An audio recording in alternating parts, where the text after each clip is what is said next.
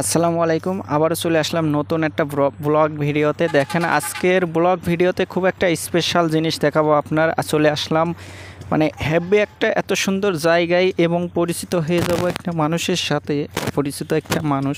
তো দেখুন তার ব্যবহার আচরণ দেখবো যে কেমন।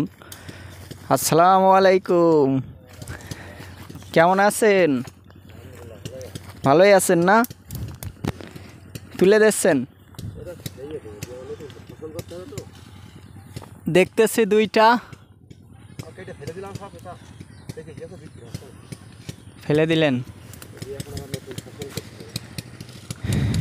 মনে হয় খরচ হিসেবে লাভ হয়নি। যদি আগরিক হইতো তাহলে লাভ হইতো। প্রত্যেকটা মানুষেরই মানে কি অবস্থা, যদি ঝাল করতে পারতেন।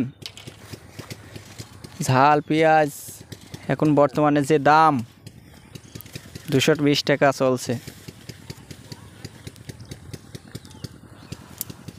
ওই স্যালো মেশিনে স্টার্ট হচ্ছে না, পানি উঠছে।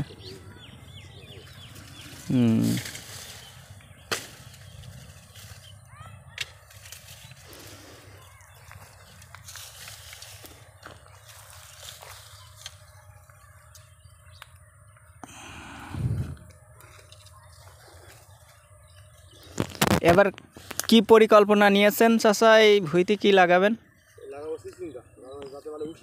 উশি।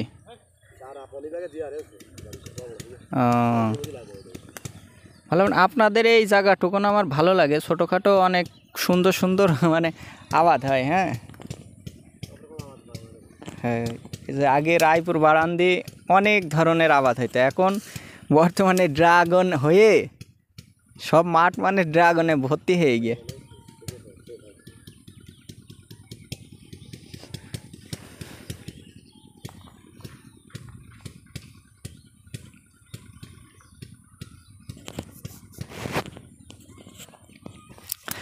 তাহলে চাচা আসি, হ্যাঁ থাকেন। হ্যাঁ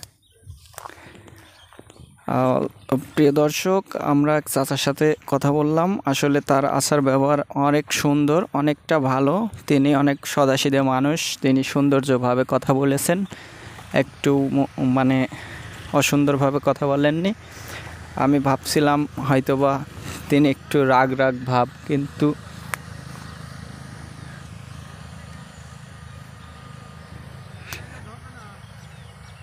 হ্যাঁ হ্যাঁ না না, এখন আর সময় নেই, আবার কালকে আসবো। কালকে আসবো আবার কালকে। কি বলছে চাচা, কি বলছে? হ্যাঁ চাচা, হেবি সুন্দর ঘাস, তো ওষুধ দিয়ে দিলে? ঘাস তো যেমন তেমন, কাটা ভরে রয়েছে, বেশি নাই। আপনার এ ভুঁই টা খেয়ে থাকতো, তাই না?